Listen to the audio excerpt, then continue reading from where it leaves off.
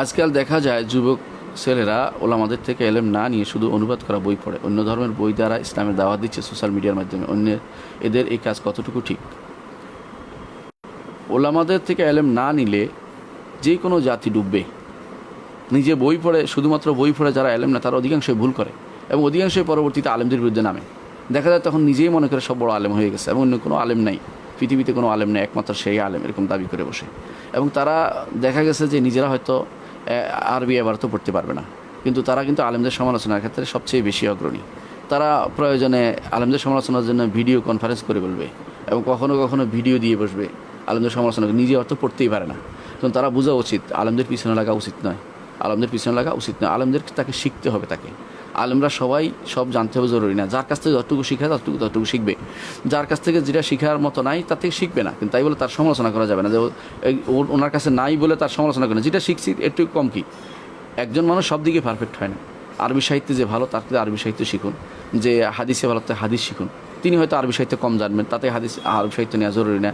আশ্চর্য হবেন সুবহানাল্লাহ, তাবেঈদের মধ্যে এমন এমন তাবেঈ ছিলেন, ইকরামা বা এই সমস্ত তাবেঈরা আজ দুনিয়া প্রসিদ্ধ, তারা কিন্তু আরবিতে ভুল করতেন, আরবি ভাষাতে ভুল করতেন। লাকানা ছিল তাদের মধ্যে, উচ্চারণে ভুল ছিল তাদের, নাফে এদের উচ্চারণে ভুল ছিল, কিন্তু তারা কিন্তু দুনিয়া বিখ্যাত মুহাদ্দিস ছিলেন। কেন? উচ্চারণের সাথে সম্পৃক্ততা নেই, তার এলেমটা দেখতে হবে তার কী জিনিস।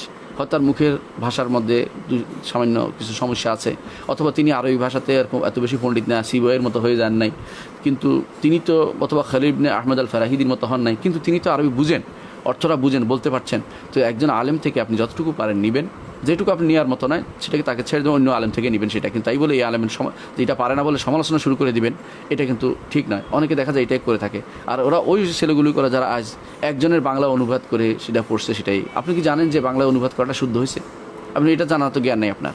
তাহলে আপনি কিন্তু একদিক থেকে আপনি নিজে চলার জন্য যতটুকু চেষ্টা করছেন, এটার জন্য অবশ্যই আপনি মাশকুর, আপনি কৃতজ্ঞতা পাওয়ার যোগ্য, আপনি শুকরিয়া পাওয়ার যোগ্য যে আপনি এটা কাজ করছেন, শিখছেন। কিন্তু এর মাধ্যমে অন্যদেরকে হেয় করার চিন্তাভাবনা আপনাদের না থাকে। সাধারণত এলেমের তিনটি বিগত আছে। প্রথম বিগতে যখন মানুষ প্রবেশ করে তখন মানুষ অহংকারী হয়ে যায়। তো আপনি যারা এরকম আলেমদের বিষয়ে লাগে বেশিরভাগ অহংকারী হয়ে যায়, কারণ তারা প্রথম বিগতে প্রবেশ করছে। দ্বিতীয় বিগতে যখন প্রবেশ করে, দ্বিতীয় বিগত যখন প্রবেশ করে তখন কিন্তু সে জানার আকাঙ্ক্ষা আরও বেড়ে যায় এবং সে অনেক জানতে চায়, কারণ তার মধ্যে তখন অহংকার থাকে না, সে সব আলেমকে শ্রদ্ধা করতে শিখে। আর তৃতীয় বিগত যখন ঢুকে তখন সে দেখে যে আসলে আমি এখন শিখা হয় নাই, আমার জ্ঞান কত কম, আমি সমস্ত মানুষকে শ্রদ্ধা করি, আলেম হইতে শুরু করে সাধারণ মানুষ যারাই আছে তাদেরকে আমি শ্রদ্ধা করে সম্মান করে কথা বলি। এটা কিন্তু একটা জরুরি জিনিস। কিন্তু দুর্ভাগ্যবশত এরা সোশ্যাল মিডিয়াতে খুব দ্রুত এসে যায় এবং অনেকেই সোশ্যাল মিডিয়াতে শিক্ষণীয় পোস্ট দিচ্ছে, এইভাবে শিক্ষা দিতে হবে, এমন জিনিস শিক্ষা দিচ্ছে যে জিনিস আসলে দেখা গেল এই জিনিস থেকে যার বই পড়ে শিক্ষা দিচ্ছেন তিনি সেই পথ থেকে আগে সরে আসছেন। আমি একজনকে দেখলাম, তিনি শিক্ষা দিচ্ছেন কিভাবে আঙ্গুল নেড়ে সালাত আদায় করতে হবে, আঙ্গুল নাড়তে হবে কী করে। তো আঙ্গুল নাড়ার যে পদ্ধতি তিনি শিক্ষা দিচ্ছেন, এই পদ্ধতিটা কিন্তু সর্বসম্মত পদ্ধতি না। এটা হচ্ছে তিনি কিন্তু তাড়াতাড়ি করে একটা পড়ে শিক্ষা দিয়ে বসছেন, এটা কিন্তু ঠিক নয়।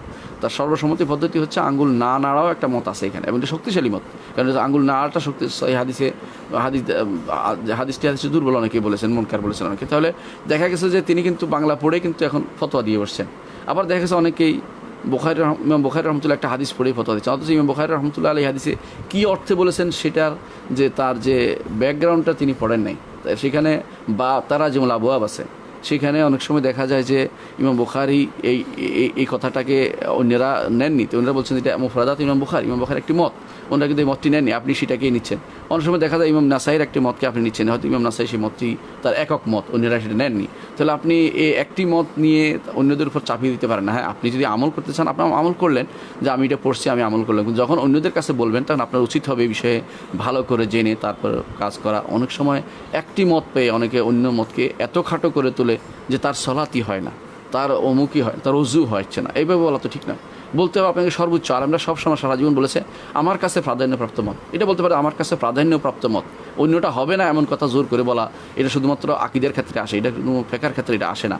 ফিকহি মাসালার ক্ষেত্রে এই জাতীয় কাজগুলো যারা করে তারা অবশ্যই ভুলের মধ্যে আছে বলে আমি মনে করি, কারণ এরা বাড়াবাড়িতে লিপ্ত রয়েছে। এখানে এসে আপনাকে অন্যের মতের ব্যাপারে দেখতে হবে তার পক্ষে আসলে দলিল আছে কিনা। হাইড করার কোনো দরকার নেই, অন্যের মতকে আপনি চুপিয়ে রাখার দরকার নেই। তার মতকে নিয়ে আসুন, আলোচনা করুন, সমস্যা কি আপনি দেখতে থাকেন আসলে তার কি গ্রহণ করার কোনো সুযোগ আছে কি না। যদি তার সামান্যতম গ্রহণ করার সুযোগ থাকে, আপনি তাকে ইগনোর করা বা তারটা হয়নি এমনভাবে বলার তো কোনো সুযোগ নেই, এবং সেখানে বাড়াবাড়ি করার সুযোগ নেই। ফিকহি মাসালার ক্ষেত্রে এই জন্য আমরা বলি যে প্রত্যেকেরই কোনো না কোনো দলিল কি আছে, কোনটা গ্রহণযোগ্য হবে কোনটা গ্রহণযোগ্য হবে না সেটা দেখুন। এমন অনেক মাসালা আছে যেগুলোতে আছে, যেগুলোতে তারা এমন কাজগুলি করে যেগুলো আসলেই মুতাকাদ্দিমিনরা বলেন এবং কিতাবও পাওয়া যায় না এবং সহিও নয়, সেগুলিকে আপনি বিদআত বলবেন।